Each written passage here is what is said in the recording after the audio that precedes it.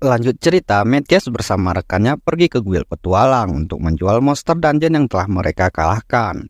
Dan juga dia berniat menjual batu sihir yang sangat besar. Batu sihir ini setingkat dengan harta kerajaan. Namun resepsionis bingung apakah kuil mereka mampu membeli semua barang Metyas yang sangat langka. Ketika perjalanan pulang, Metyas merasakan aura dua iblis yang sedang menuju ke akademi mereka. Kita pun diperlihatkan pada dua iblis yang dimaksud. Mereka dendam kepada orang yang telah mengalahkan Devilis. Metyas dapat mengetahui satu iblis kekuatannya lebih kuat daripada Devilis, sedangkan satu iblis lagi lebih lemah. Dia pun membuat strategi untuk menghadang iblis itu sampai di akademi. Metyas langsung menyerang ke arah iblis itu. Dikarenakan mana Metyas tinggal sedikit, ketika iblis menyerang, dia memanfaatkan mana iblis itu sendiri. Kemudian Metyas pun membawa para iblis itu ke arah Alma dan Luri. Satu iblis berhasil terkena anak panah yang membuatnya melemah. Iblis yang lemah akan berhadapan dengan Alma dan Luri, sedangkan iblis yang kuat akan berhadapan dengan Metyas. Si iblis hendak menyerang, namun Metyas langsung membatalkan serangannya dan kemudian menembas iblis itu. Dikarenakan ilmu pedang si iblis rendah, Metyas mampu menghindari semua serangannya, dan Metyas berhasil mengenai punggung si iblis.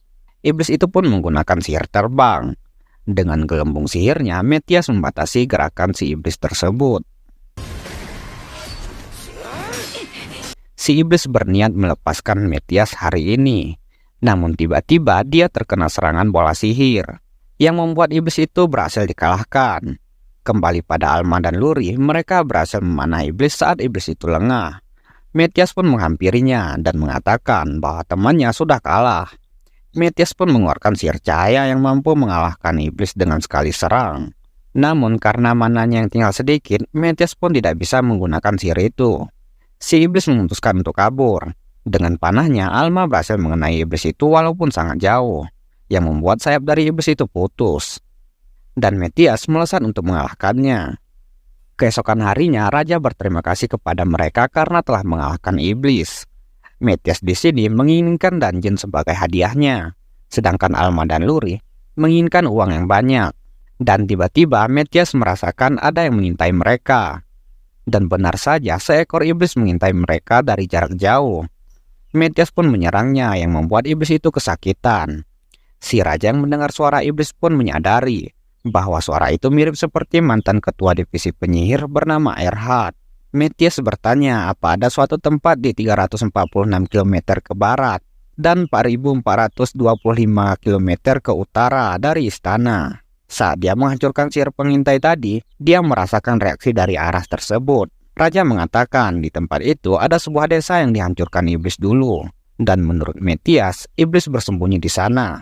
Metyas pun berniat pergi ke sana, namun jaraknya sangatlah jauh. Membutuhkan waktu setengah tahun untuk pergi ke sana. Metyas mengatakan dengan lambangnya yang sekarang, dia tidak bisa berteleportasi sejauh itu, dan dia masih memiliki cara lain untuk ke sana. Luri pun terkejut mendengar Metyas bisa menggunakan sihir legendaris, yaitu sihir teleport. Selanjutnya, mereka pergi ke atas gunung yang tandus. Setibanya di sana, mereka melihat naga legendaris. Tapi menurut Metyas, makhluk ini mirip seperti kendaraan, yang disebut naga kegelapan Iris. Di kehidupan sebelumnya, naga Iris adalah salah satu naga yang menantangnya dulu. Karena dia langsung menyerah, Metyas mengampuninya. Ketika Metyas mendekat, naga itu pun terbangun, dan dia berkata jika Metyas mendekat selangkah lagi, maka dia akan melenyapkannya. Metyas pun mendekat, naga itu berniat menyerang, namun Metyas mampu membatalkan serangannya. Seketika, naga itu pun menjadi kaget. Dan mengagetkan lagi, Metyas bisa berbahasa naga. Naga itu bertanya apakah Metyas mengenal orang bernama Gaius. Dia mati ribuan tahun lalu setelah bilang mau bereinkarnasi. Metyas mengatakan bahwa dirinya lah reinkarnasi itu. Si naga pun langsung meminta maaf atas tindakannya. Kemudian Metyas memberitahukan bahwa dia ingin membunuh iblis, tapi lokasinya agak jauh, dan dia ingin menaiki si naga. Namun naga itu memperlihatkan sayapnya yang sobek, diakibatkan setelah Metyas bereinkarnasi dulu. Satu reaktor sihir kerajaan manusia meledak, lalu memicu ledakan reaktor sihir lain, dan menghancurkan peradaban. Metyas pun menyembuhkan sayap naga itu, kemudian menyuruhnya untuk berbicara dalam bahasa manusia, dan merahasiakan soal reinkarnasinya. Alma dan Luri pun diperkenalkan dengan naga. Setelahnya mereka menaiki naga tersebut untuk pergi ke 4.500 km dari tempat ini.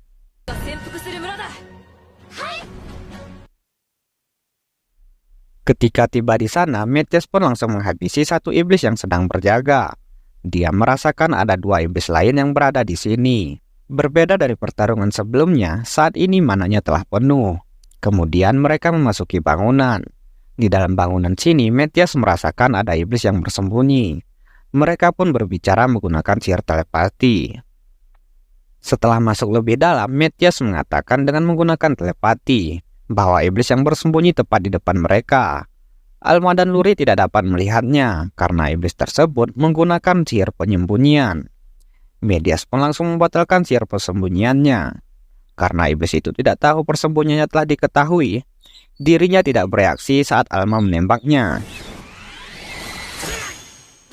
Iblis itu pun menganggap Meties adalah palsu. Meties tidak mungkin berada di sini karena ibu kota dan tempat ini sangatlah jauh. Si iblis pun langsung menyerang, sedangkan Alma dan Luri menembaki panahnya. Awalnya iblis ini mengira serangan Alma sia-sia, namun setelah tertembak banyak, dirinya pun merasakan efek dari serangan Alma.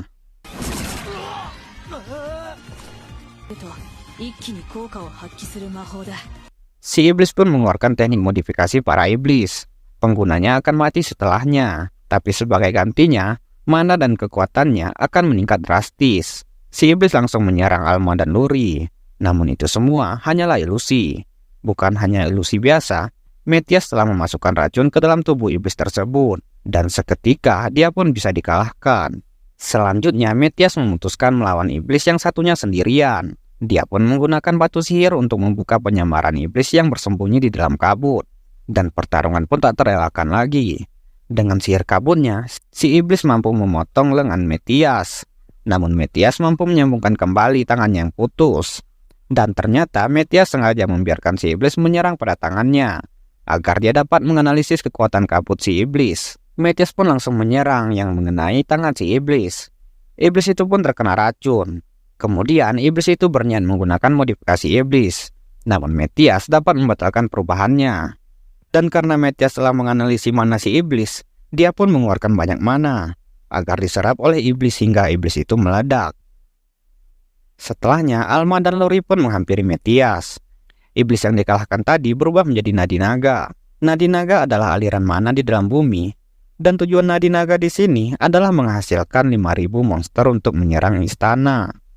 Mereka pun memutuskan untuk pulang. Naga Iris pun bertanya apa yang harus dia lakukan setelah ini. Meties bertanya apakah Iris bisa berubah wujud menjadi manusia. Meties pun ingin Iris memasuki akademi agar dia berada dekat dengan Meties. Kemudian Iris pun berubah menjadi wujud manusia. Selanjutnya Meties memberikan tanduk iblis yang telah dia kalahkan tadi kepada kepala sekolah. Terlepas dari itu, Meties ingin memasukkan Iris ke akademi ini. Dan sebelum masuk ke akademi, Iris harus mengikuti ujian terlebih dahulu. Meties pun akan berjaga-jaga di ujiannya. Jika kekuatan naga Iris tidak terkendali saat ujian, maka sekolah akan musnah sebelum dia diterima. Keesokan harinya, Iris pun mengikuti ujian pedang melawan komandan kesatria. Namun Iris melepaskan pedangnya. Ketika penguji itu menyerang, Iris mampu menangkap pedangnya menggunakan tangan kosong. Dan ketika Iris menyerang, Meties pun langsung menahan penguji itu. Selanjutnya ujian sihir. Iris menargetkan serangannya ke depan, namun serangan itu meleset ke arah mereka. Pada percobaan kedua, dia meleset lagi. Dan pada percobaan ketiga, Meties langsung bersiaga membuat penghalang. Dan Iris akhirnya berhasil menghancurkan target yang disuruh.